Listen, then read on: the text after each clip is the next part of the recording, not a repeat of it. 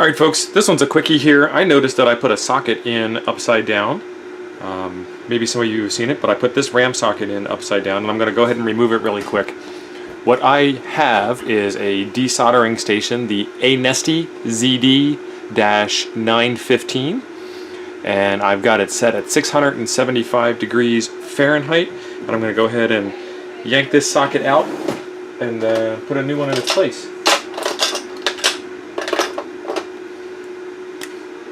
So the first thing to do is to make a mark on the back side of the board where this socket is so you don't desolder the wrong one. And I use a Sharpie to do that. And the reason why I use Sharpie is because it just comes right off when you clean up the board with your electronics cleaner or your isopropyl alcohol. So it's going to make some noise. Let's get after getting that off. And these were just put on here not that long ago, so they should come off fairly quickly. But if not, we'll have to add a little bit extra solder.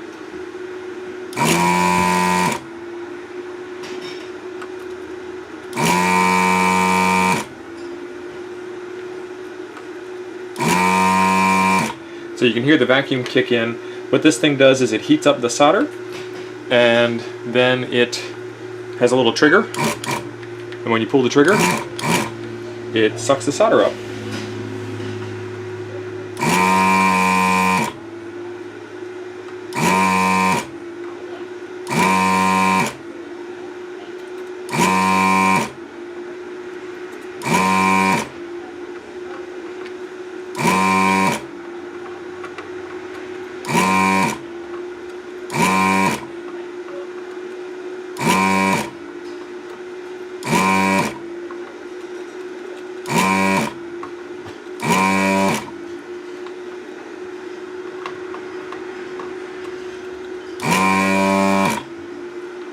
And what I like to do is put the tip down on the pin that I'm trying to desolder, warm up the solder, wiggle it around a little bit, and then apply the suction. And it comes with, probably not easy to see that, these little pokers that you need to use to clean up. And you just shove it in and it goes all the way into the chamber back here. And then when this chamber gets full, it detaches and you can just dump it out. Makes a lot of noise, but it gets the job done. I've used a couple of other desoldering methods and have not really been all that impressed with them. So just wiggle it around a little bit and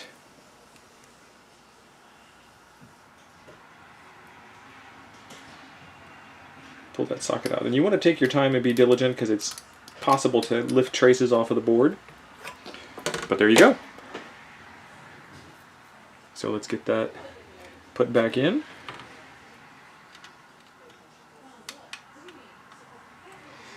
And this one pin here has pulled up a little bit, so I'm going to make sure I pull that back in.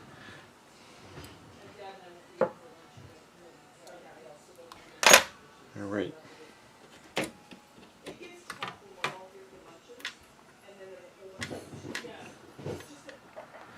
Alright, that is in. And I have some leftover tape.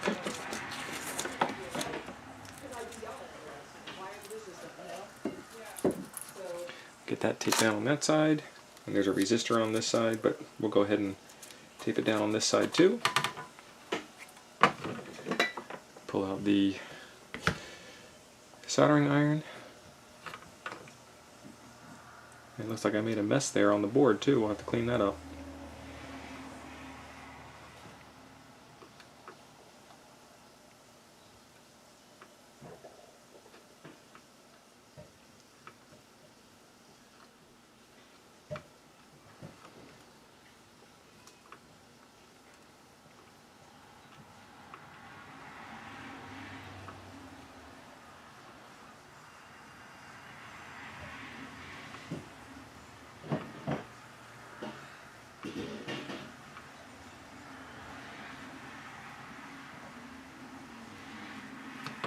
And then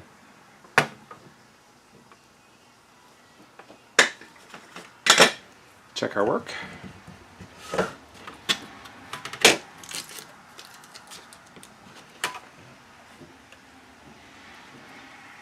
All right, there you have it. One socket removed and reinstalled. Let's get that other little bit of solder cleaned up real quick. And that is why it's called a solder mask, because the solder won't stick to it.